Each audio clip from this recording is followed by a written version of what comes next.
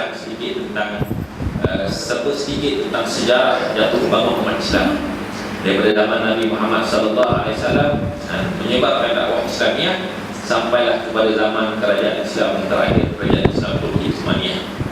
Jadi pada peringkat awal beliau dia menyunting saya untuk memberikan kuliah berkenaan tajuk ini. Dan satu perkara yang mula berlega dalam pemikiran saya adalah supaya saya tidak menjadikan perbincangan kita pada malam ini terlalu ilmiah dengan perbahasan sejarah. Sebab bagi adik-adik yang biasa belajar sejarah, biasanya adik-adik bila SPM dulu subjek sejarah paling membosankan.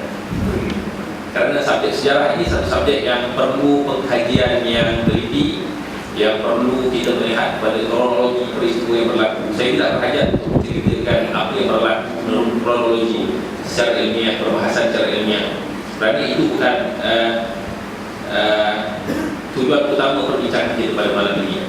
Tapi yang paling penting tuan-tuan sekalian, berdasarkan sejarah ini kita nak mengambil apakah ibrah dan pengajaran yang kita boleh ambil daripada sejarah jatuh bangun umat Islam daripada zaman Nabi SAW sampailah kejatuhan kerajaan Islam yang terakhir, kerajaan Islam Turki Utsmaniyah. Baik, adapun selalu saya sebut dalam kuliah-kuliah saya, tajuk sejarah adalah satu tajuk yang biasanya membosankan bagi sebahagian besar daripada kita, terutama umat Islam. Kerana sebahagian daripada kita mengatakan bahawa kenapa nak belajar sejarah? Kerana sejarah ini kita belajar tentang hal orang dah mati. Ada orang tak suka berbicara tentang sejarah, sebab pada mereka sejarah ini bercakap tentang cerita yang dah lepas, cerita lama, cerita yang tidak ada kaitan dengan kita. Lebih baik bercakap tentang masa depan. Tetapi kita terlupa tuan-tuan sekalian bahawa Al-Quran itu sendiri menceritakan kita tentang banyak cerita-cerita sejarah. Dalam Al-Quran menceritakan tentang kisah-kisah ataupun sejarah para nabi, para rasul, atau mehnah dan tribulasi yang mereka hadapi, sifat-sifat ataupun tentangan-tentangan yang mereka hadapi daripada ketika mereka melaksanakan dakwah. Kemudian Allah Ta'ala menceritakan tentang kisah-kisah kaum-kaum yang mengingkari Allah Ta'ala. Allah Ta'ala ceritakan tentang Bani Israel, kaum Lut, kaum Ad dan sebagainya. Kerana apa Allah Ta'ala menceritakan cerita-cerita, kisah-kisah lampau ini cerita orang dah mati, tetapi Allah Ta'ala jadikan sebagai wahyu untuk tunjuk kepada kita. Kerana dalam kisah-kisah sejarah ini adanya ibrah, pengajaran yang perlu kita ambil. Satu perkara yang kita boleh ambil belajar dari sejarah, walaupun sejarah ini berkaitan dengan orang yang telah mati, perkara yang telah lepas, tetapi sejarah mengajar kita tentang tabiat manusia. Walaupun zaman berubah daripada zaman batu sampai zaman moden, daripada zaman Nabi Adam AS sampai zaman Nabi Muhammad SAW, daripada zaman tak ada internet kepada zaman ada internet, walaupun zaman berubah dan berubah daripada zaman pakcik-pakcik sekalian, zaman Jepun, zaman komunis makan ubi kayu, sampailah zaman anak-anak sekarang ini mewah makan dengan burger, hotdog dan sebagainya. Walaupun zaman itu berubah dan berubah, tetapi tabiat manusia tak berubah. Tabiat manusia tetap sama. Sebab itu Allah Ta'ala menceritakan kita tentang kisah-kisah sejarah dalam Al-Quran, supaya kita mengambil iktibar daripada tabiat manusia itu. Saya ambil contoh, kita gunakan 45 ayat ini dengan satu kisah yang Allah Ta'ala ceritakan tentang Nabi Adam AS. Sejarah awal-awal penciptaan manusia, Allah Ta'ala ceritakan ketika Nabi Adam AS berada dalam surga Allah Ta'ala, maka Allah Ta'ala menyatakan, A'udzubillah minasyaitonir rajim, wa qulna ya Adam uskun anta wa zawjukal jannah fakula minha ragadan haitsu syi'tum. Wahai Adam, masuklah kamu ke dalam surga Allah dan makanlah apa saja yang kamu nak.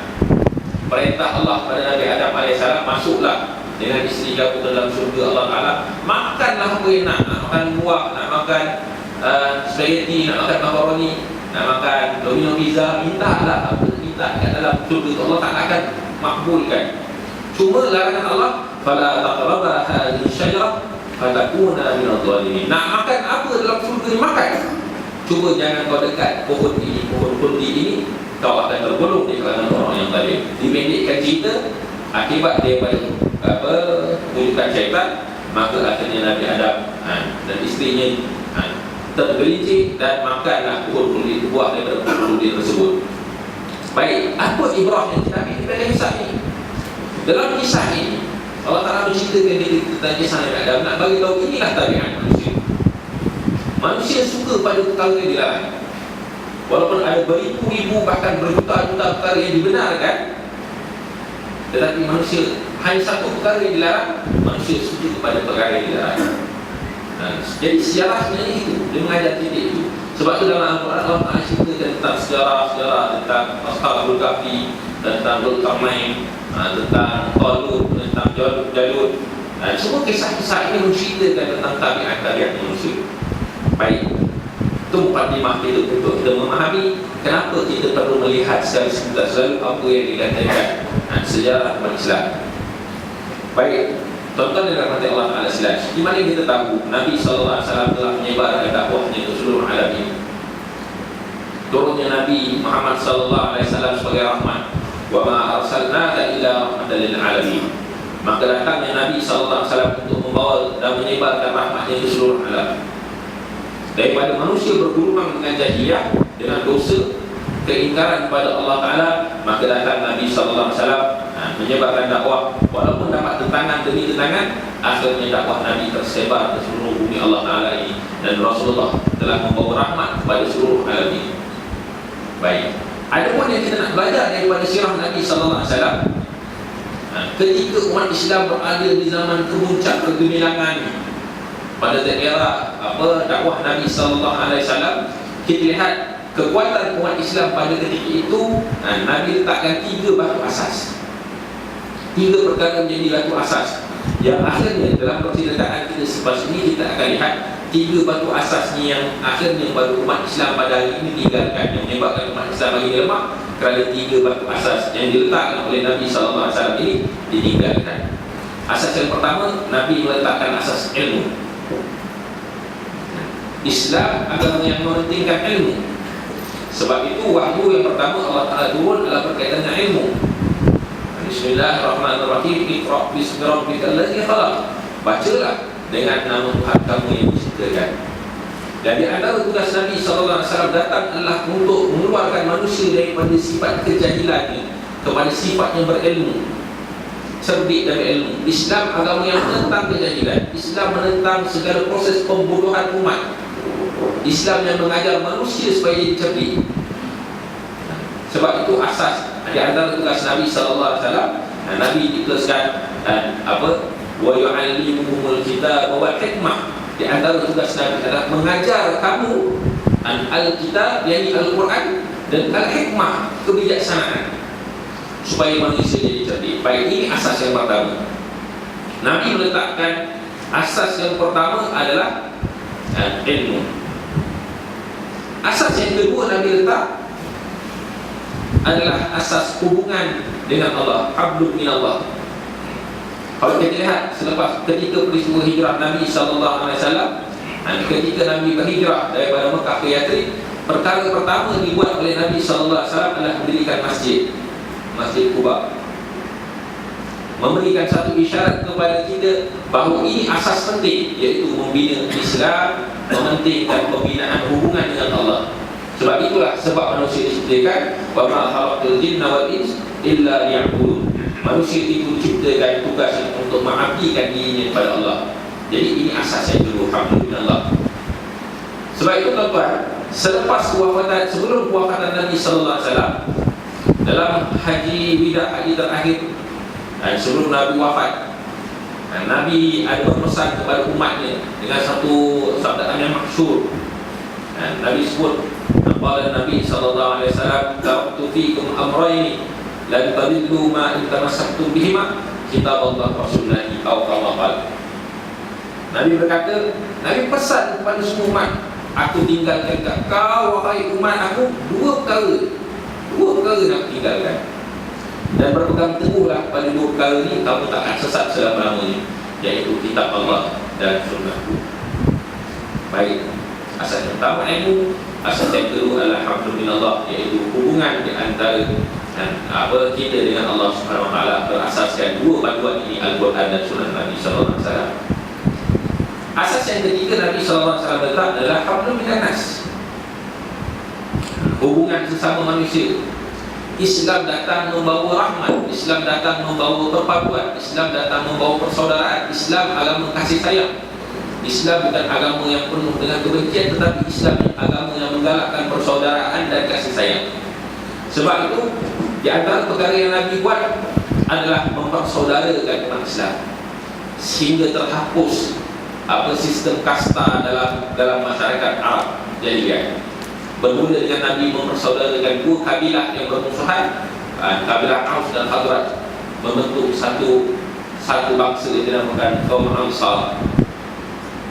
Kemudian sahabat-sahabat daripada Mekah yang berhijrah ini, yang digelar sebagai golongan muhajirin, pula dipersaudarakan pula dengan sahabat-sahabat yang dinamakan Ansar tadi. Maka Nabi mewujudkan satu persaudaraan. Ketika zaman Nabi memerintah di Madinatul Munawwarah, maka terhapus segala bentuk fahaman yang bersifat resis, perkauman, maka tertegaknya keadilan sosial. Ketika itu tak ada kasta, tak ada siapa yang lebih utama daripada siapa yang satu kaum yang lain. Sahabat-sahabat terdiri pada 9 kaum. Ada sahabat-sahabat daripada bangsa Quraisy, ada sahabat-sahabat yang datang daripada Mekah, ada sahabat-sahabat daripada penduduk asal Bumi Putra bagi Madinah.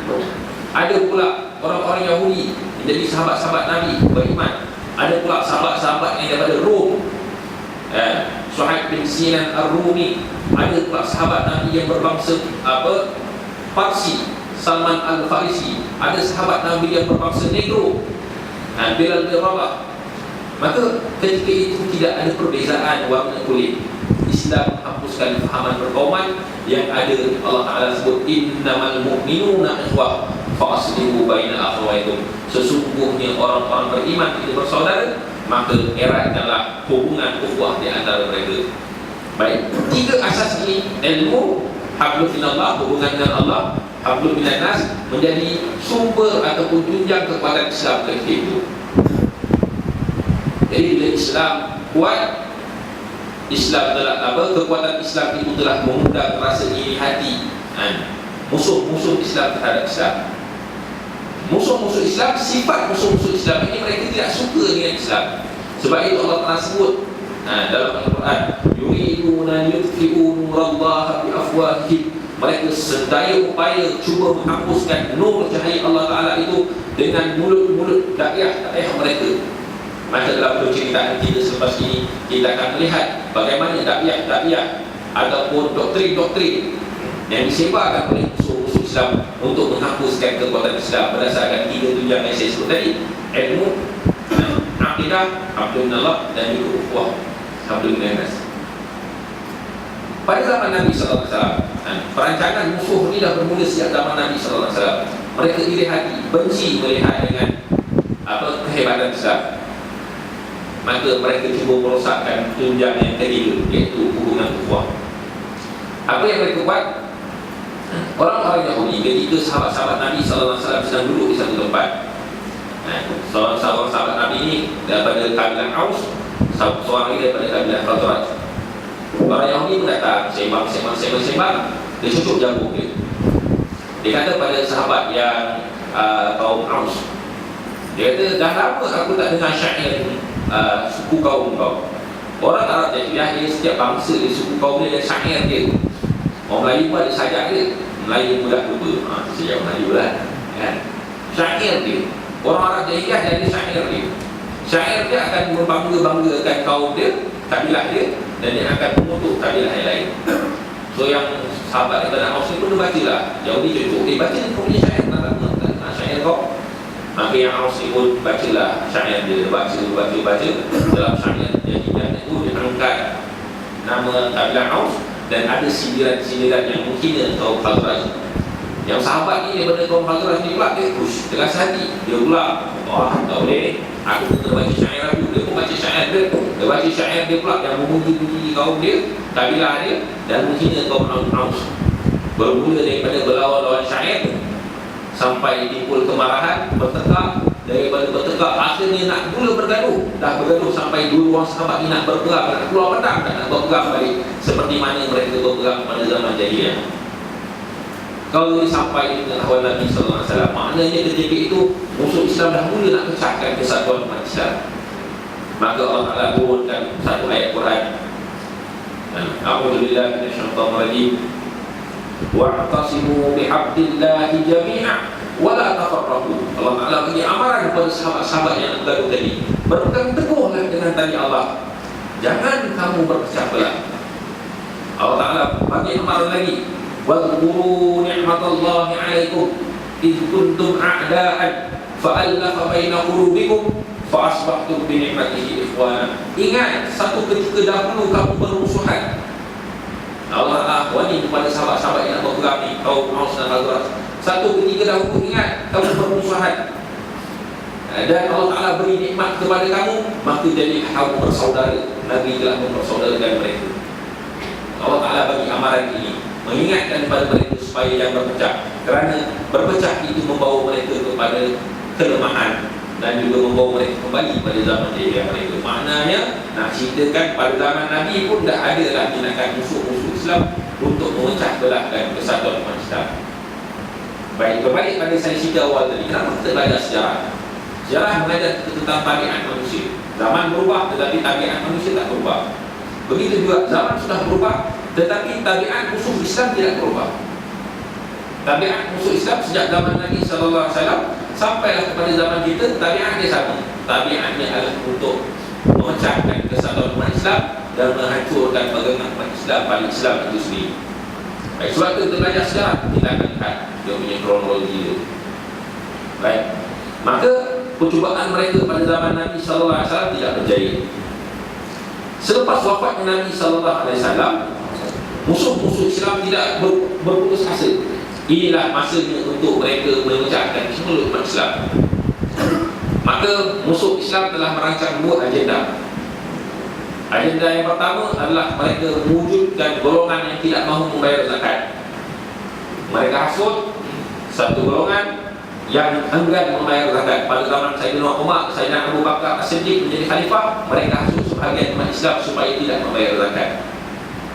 Tindakan orang tidak membayar zakat ini dipandang serius oleh Sayyidina Abu Bakar, kerana peristiwa itu berlaku selepas wafatan Rasulullah. Maknanya tindakan tersebut telah membuktikan bahawa bila Rasulullah wafat, dah ada di kalangan orang Islam mencuba mencabar hukum Allah. Maka Sayyidina Abu Bakar mengambil tindakan yang keras dan tegas, iaitu memerangi golongan yang tidak membayar zakat. Musuh Islam tak puas hati lagi, mereka cuba dengan cara yang kedua, iaitu mereka mewujudkan Nabi palsu, Musailamah Al-Ghazab. Musailamah mengaku diri sebagai Nabi selepas Rasulullah. Maka dia kumpul pengikut-pengikutnya dan mengaku bahawa dia adalah Rasul selepas Nabi Muhammad. Dan Sayyidina Abu Bakar melihat ini satu lagi wabak yang boleh merosakkan umat Islam. Sebab sebahagian umat Islam dah mula percaya kepada Musailamah Al-Ghazab. Maka sekali lagi Sayyidina Abu Bakar mengambil tindakan yang keras, perang dan golongan penyokong dari Musailamah Al-Ghazab, Nabi palsu ini. Zaman Sayyidina Abu Bakar kita lihat dua tindakan yang keras, iaitu memerangi golongan yang tidak membayar zakat dan juga memerangi golongan Nabi palsu. Kerana zaman Sayyidina Abu Bakar ini dinamakan zaman penstabilan. Selepas wafatan Rasulullah, keadaan kurang stabil. Sebab sebahagian daripada orang Islam selepas pemergian Rasulullah, mereka mula nak meninggalkan Islam, meninggalkan ajaran Islam. Maka Sayyidina Abu Bakar mengambil tindakan yang pantas dan bijak, memerangi golongan tersebut. Jadi keadaan jadi tenang. Selepas kerajaan Islam jadi tenang, pada zaman Sayyidina Umar Al-Khattab, kerajaan urusan dalam negara sudah jadi stabil. Maka zaman Sayyidina Umar lah berlakunya perluasan wilayah Islam. Islam tersebar ke seluruh dunia. Bermula apabila tentera Islam pada zaman Sayyidina Umar berjaya meruntuhkan kerajaan Parsi. Dan kemudian bila runtuh kerajaan Parsi, maknanya halangan dakwah Islamiah ke Asia sudah runtuh. Jatuhnya kerajaan Parsi membolehkan Islam menerobos ke timur, sampailah ke Asia, sampailah ke negara kita ni, ke Malaysia. Itu signifikannya keruntuhan kerajaan Parsi. Bila jatuh kerajaan Parsi, maka dakwah Islam tersebar, wilayah Islam semakin luas. Baik, tetapi musuh Islam cuba menabur fitnah. Mereka mengatakan Islam ini agama keganasan, Islam agama yang disebarkan melalui mata pedang. Tetapi ketika ingat, di mana kata seorang panglima Islam ketika berhadapan dengan tentera Rom, dia menyatakan Islam bukan agama keganasan. Kenapa kami datang pada wilayah kamu ini? Kami bukannya nak berperang, tetapi kami nak menyuruh kamu berislam. Kata seorang panglima tentera Islam yang mengatakan, nahnu qaumun ibta'athana Allah linukhrijan nas min ibadatil ibad ila ibadatillah. Kami ini bukan nak pergi perang dengan kamu ni sebab kami nak kuasa. Kami pegang kepada kamu ni kerana kami satu kaum yang Allah Ta'ala utuskan. Tugas kami ini umat Islam apa? Untuk membebaskan manusia daripada perhambaan sesama manusia kepada perhambaan kepada Allah. Wa injuril adyan ila adil Islam, daripada sistem hidup yang kejam, zalim, kepada keadilan Islam. Islam agama yang mementingkan keadilan kepada semua masyarakat, kepada semua rakyat, baik yang miskin, baik yang kaya, baik yang muslim, baik yang muslim. Ila baitil dunya ila si'atiha. Daripada kesempitan dunia, wa min baitil dunya ila si'atiha, daripada kesempitan dunia kepada keluasannya. Maknanya Islam sampai ke wilayah-wilayah ini bukannya tujuan untuk menakluk, bukannya untuk berperang, tetapi Islam datang pada peringkat awalnya untuk menyebarkan dakwah.